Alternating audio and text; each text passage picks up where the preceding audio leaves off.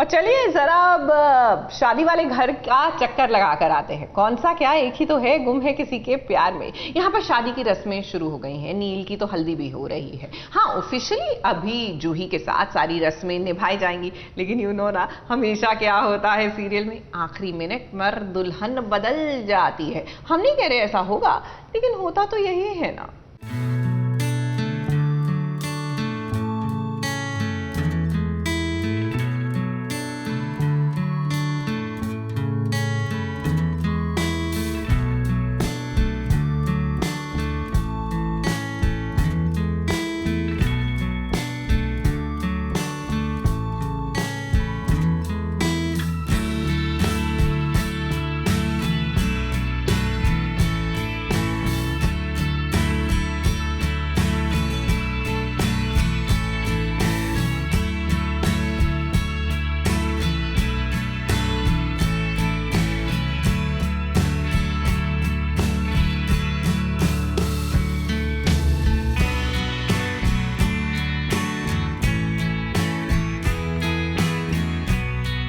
नील की हल्दी हो रही है और अपने हल्दी वाले दिन जरा देखिए नील का चेहरा कितना उतरा हुआ है।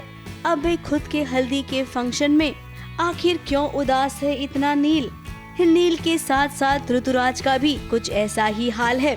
भैया की शादी में इतने उदास इसलिए क्योंकि भैया खुद उदास है और सरप्राइजिंगली किसी और को दिख नहीं रहा है और सिर्फ मुझे दिख रहा है, क्योंकि हम काफ़ी क्लोज़ भाई हैं। एक दूसरे की आंखों में पढ़ लेते हैं कि क्या चल रहा है, और वो खुश नहीं है दिख रहा है। तो मैं बस उस थॉट में हूँ कि एक्चुअली क्या चल रहा है उसके दिमाग में। अब हम तो जानते हैं कि नील और ऋतुराज के चेहरे पर 12 क्यों बजे हुए हैं। अब देखिए ना घर वाले कितने खुश हैं। वो ये जानते ही नहीं हैं कि ये दोनों लड़के एक ही लड़की को दिल दे बैठे हैं। नील अपने प्यार को भुला नहीं पा रहा है, तो वहीं ऋतुराज को तेजस्विनी ने रिजेक्ट कर दिया है, तो उसे वो बर्दाश्त नहीं हो रहा है। मेरी बहुत सारे फैंस हैं, बहुत सारी लड़कियां आसपास होती है, लेकिन एक लड़की से जिससे अटेंशन चाहिए वो दे नहीं रही है, तो मैं उस थॉट में हूँ।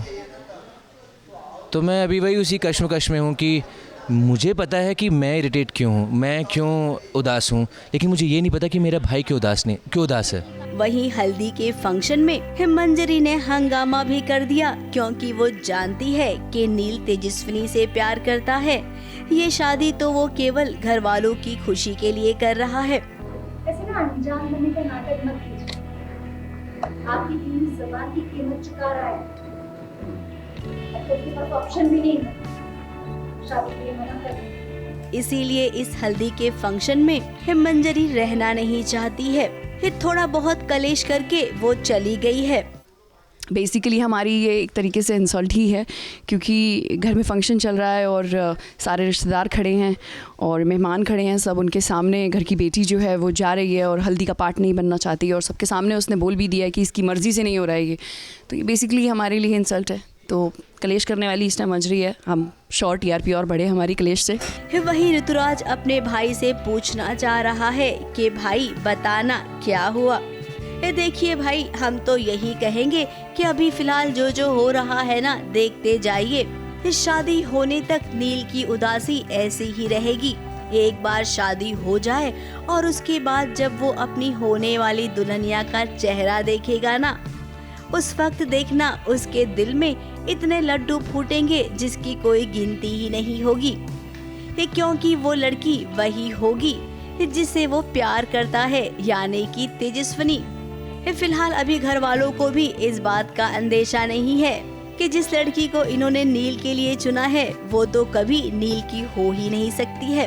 अब बात आती है ऋतुराज की। जिससे वो प्यार करता है वो लड़की घर में उसकी भाभी बनकर आएगी, तो क्या होगा? दिल में छुपा हुआ प्यार क्या सामने आ पाएगा, या फिर कश्मकश के चलते इनकी गाड़ी आगे बढ़ेगी? ABP news report.